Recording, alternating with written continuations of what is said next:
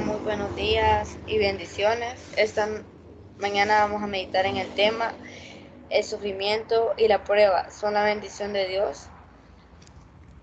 Vamos a leer Zacarías 13:9, que dice de la siguiente manera: y meteré en el fuego a la tercera parte, y los fundiré como se funde la plata, y los probaré como se prueba el oro. Él invocará mi nombre, y yo le oiré, y diré: pueblo mío, y él dirá: Jehová es mi Dios. En la Biblia hay ejemplos de cristianos que pasaron por el proceso de prueba. Tenemos el ejemplo de Sadrach, Mesach y Abednego, que fueron sometidos a una prueba de fuego. Sadrach, Mesach y Abednego fueron sometidos a un horno de fuego. ¿Por qué? Porque no honraban al rey y porque no adoraban la estatua de oro que el rey Nabucodonosor había dicho que adoraran en ese tiempo. Porque se había dicho que al terminar de tocar varios instrumentos musicales, todos los instrumentos que tenían que haber tocado, debían de inclinarse ante la estatua de oro, por lo cual Sadrach, Mesach y Abednego se quedaron en pie. Entonces se había decretado de que si no se inclinaban debían de ser lanzados al horno de fuego, y fueron echados al horno de fuego. El rey Nabucodonosor dijo que el horno fuera 7 veces más calentado de lo acostumbrado. Entonces y fueron lanzados. Y luego de eso, cuando estaban Sadrach, Mesach y Abednego dentro del horno de fuego, dijo el rey: ¿no fueron 3 varones los que fueron echados al fuego? Les dijeron los que estaban con él: sí. Dijo el rey Nabucodonosor: he aquí yo veo 4 varones sueltos que se pasean por el fuego, porque ellos estaban caminando en medio del fuego. Y dijo el rey: el cuarto es semejante al hijo de los dioses. Y llamó a sus consejeros, gobernadores y capitanes. Cuando ya Sadrach, Mesach y Abednego salieron del horno de fuego intactos, con su ropa intacta, salieron bien los 3. Entonces decretó que nadie se debería de levantar o blasfemar contra el Dios de Israel, y que honraran al Dios de ellos. Entonces, luego, como cristianos a veces nos confundimos, porque cuando escuchamos que la palabra de Dios es, cuando Él es un Dios de, porque escuchamos que Él es un Dios de amor y sabemos que Él es el Todopoderoso, pensamos que a consecuencia de eso podemos hacer lo que queramos sin medir las consecuencias de nuestra mala conducta. Pero en Hebreos 12:29 dice que porque nuestro Dios es fuego consumidor. Entonces, nosotros pensamos que por eso podemos hacer lo que queramos sin medir las consecuencias de eso. Nosotros sabemos que no hay mal que por bien venga. Hay pruebas por crecimiento, que por medio de esto Dios nos purifica y nos da fortaleza, aún para que nuestra fe aumente. Y sabemos que Él siempre da la victoria cuando Él mismo da la prueba. Él está en medio de las pruebas y de las aflicciones con nosotros. Pero hay pruebas también que vienen por corrección cuando uno es desobediente. Como sabemos que el Señor también es fuego consumidor, si el Señor ha permitido que la pandemia se extienda, es porque hemos sido mal agradecidos por Él, por lo que Él hizo por nosotros, por lo que Él sufrió en aquella cruz a causa de nuestros pecados. Esos latigazos que Él sufrió, esa corona de espinas inmerecida en esa cruz, y toda esa carga de pecados de nosotros. También en el mundo que está tan corrompido, tanto matrimonio de sexo igual, tanto homosexualismo, prostitución, por tantas personas perdidas en las cantinas, jóvenes perdidos en las calles, por tanta destrucción en cada hogar. Y nosotros a veces nos preguntamos: ¿Dios me abandonó? ¿Dios está conmigo? ¿O por qué permite que me pase esto? Pero en 1 Corintios 10:13 dice: no os ha sobrevenido ninguna tentación que no sea humana, pero fiel es Dios, que no os dejará ser tentados más de lo que podéis resistir, sino que dará también juntamente con la tentación la salida para que podáis soportar. Entonces esto nos comprueba que el Señor no nos ha abandonado. El Señor nunca nos pondrá una prueba que nosotros no podamos cargar, que nosotros no podamos soportar. La vida de un cristiano no es fácil. Dentro de ello, como está llena de bendiciones, también está llena de pruebas, pero en medio de la prueba es donde nosotros le tenemos que demostrar al Señor cuán grande es nuestro amor por Él. Debemos de ser agradecidos, sea cual sea la prueba, tengamos prueba o no tengamos prueba, tenemos que estar agradecidos con el Señor. Y nunca debemos poner un signo de interrogación donde Dios ya ha puesto un punto final a las cosas que nosotros estemos pasando. Luego, la vida del cristiano tiene bendiciones, pero también tiene pruebas en el proceso de crecimiento. Nosotros aquí tenemos que entender que la vida de un cristiano, como está llena de pruebas, como lo acabo de decir, también está llena de bendiciones. Y nosotros tenemos que estar firmes siempre, firmes y agarrados del Señor, porque sea cual sea la situación, Él estará luchando con nosotros siempre. En Primera de Pedro, capítulo 4, del versículo 12 al 13 dice: Amados, no os sorprendáis del fuego de la prueba que os ha sobrevenido, como si alguna cosa extraña os aconteciese, sino gozaos por cuanto sois participantes de los padecimientos de Cristo, para que también en la revelación de su gloria os gocéis con alegría. No sé cuál puede ser tu prueba o sufrimiento en este momento, pero si nosotros somos hijos de Dios, del Todopoderoso, es necesario ser probados. Cuando no tengamos pruebas y nosotros somos hijos de Dios, sí aflijámonos, porque las pruebas son señal de que Dios está contigo, de su inmensa misericordia que tiene contigo. Y si pasas por una prueba, Él estará luchando contigo. Y lo importante de todo esto es que nosotros debemos gozarnos de cada prueba. Somos escogidos por Dios. En Hechos capítulo 9, versículo 15 al 16 dice: El Señor le dijo: Ve, porque instrumento escogido me es este, para llevar mi nombre en presencia de los gentiles y de los reyes y de los hijos de Israel, porque yo le mostraré cuánto le es necesario padecer por mi nombre. Acá habla de que Pablo es escogido por Dios. Antes era llamado Saulo. Pablo es uno de los que más herramientas nos ha dado a través de la Biblia. Habla de un aguijón, que tenía de un padecimiento. Saulo era llamado, antes era llamado Saulo. Ahora, cuando tuvo un encuentro con Jesús, el Señor lo convirtió en Pablo. Y eso lo podemos comprobar en 2 Corintios, capítulo 12, versículos 7 al 9. Ahí habla sobre eso. Y vamos a leer 2 Corintios, versículo 12, del 7 al 9. Y para que la grandeza de las revelaciones no me exaltase desmedidamente, me fue dado un aguijón en mi carne, un mensajero de Satanás que me abofetee para que no se enaltezca sobremanera.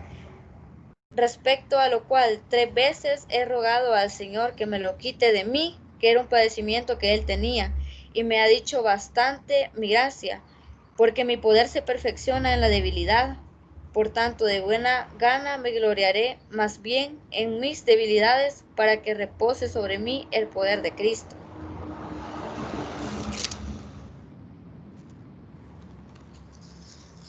Quizás particularmente no estemos listos a someternos a pruebas del Señor, por lo que a veces pensamos tener una vida totalmente pacífica, pero es necesario cada uno ser probado si en verdad amamos al Señor, porque lejos de Él nosotros no somos absolutamente nada, y todo lo que nosotros tenemos es del Señor: nuestra casa, nuestra familia, sus hijos, todo.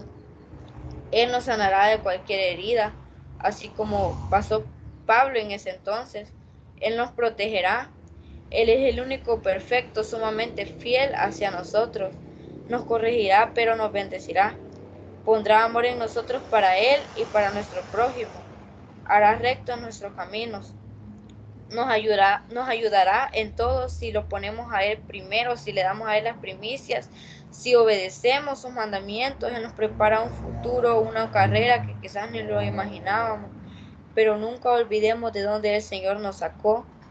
Quizás de ese lodo sucio donde nadie ni un 5 por nosotros, de donde las demás personas pensaban que no valíamos nada, de eso vil y despreciado nos sacó Dios. Luego tenemos la historia de Job, escogido por Dios. En Job capítulo 1, versículo de 11 a 9 dice: pero extiende ahora tu mano y toca todo lo que tienes, y verás si no blasfema contra ti en tu misma presencia. Le dijo Satanás al Señor. Y dijo Jehová a Satanás: he aquí todo lo que tiene está en tu mano, solamente no pongas tu mano sobre él. Y salió Satanás delante de Jehová. Entonces Job era un siervo completamente fiel a Dios, con muchas riquezas, pero llegó la prueba y el sufrimiento sobre sus posesiones y sobre su familia, incluso sobre él, siendo despojado de ellas, desapareciendo sus riquezas, todo. Él pasó con llagas en su cuerpo, pero Job, a pesar del sufrimiento, nunca se quejó y nunca blasfemó contra Dios, sino que dijo: tengo que aceptar todo lo bueno que venga de Dios, así igual aceptaré lo malo. Él mantuvo su fe y amor por el Señor, pero luego de todo esto, porque Job se esforzó, él siempre estuvo perseverando en todo eso, Job obtuvo una recompensa por su fe y esfuerzo en toda esa prueba. El Señor le devolvió todo, hasta el doble de lo que tenía. Le dio las hijas más hermosas y el doble de las riquezas que el Señor le quitó, se lo devolvió el doble, porque Job se mantuvo firme, pasaba orando, perseverando siempre y nunca se quejó contra Dios, y que es lo más importante. Luego tenemos la historia de Daniel, que también fue un escogido por Dios. En Daniel capítulo 6, versículo 16 dice: entonces el rey mandó y trajeron a Daniel y le echaron en el foso de los leones. Y el rey dijo a Daniel: el Dios tuyo, a quien tú continuamente sirves, él te libre. Entonces Daniel era un siervo fiel a ese Señor, que confiaba mucho en el Señor, un siervo que fue echado al foso de los leones porque era fiel al Dios de Israel y no al rey Darío, lo cual el rey Darío decretó que el que adorara a otros dioses o orara a otros dioses sería echado al foso de los leones. Daniel, él siempre se encontraba orando al lado de una ventana las 3 veces al día. Entonces habían personas que iban a verlo y cuando lo veían orando le decían al rey que él adoraba a otro dios, que oraba a otro dios y no a él. Entonces cuando el rey le dijo que sería echado al foso de los leones a Daniel, le dijo el rey: el Dios tuyo, a quien tú continuamente sirves, él te libre. Daniel dijo: será la voluntad del Señor. El siguiente, entonces Daniel fue echado al foso de los leones. El siguiente día el rey se levantó temprano para ir a abrir el foso, y retiraron la roca con la cual habían tapado el foso de los leones. Y el rey con voz triste le dijo: Daniel, Daniel, siervo de Dios, siervo del Dios viviente, el Dios tuyo, a quien tú continuamente sirves, ¿te ha podido librar del foso de los leones? Entonces Daniel respondió al rey: oh rey, vive para siempre. Y dijo Daniel: mi Dios envió a su ángel, el cual cerró la boca de los leones para que no me hiciesen daño, porque ante él fui hallado inocente.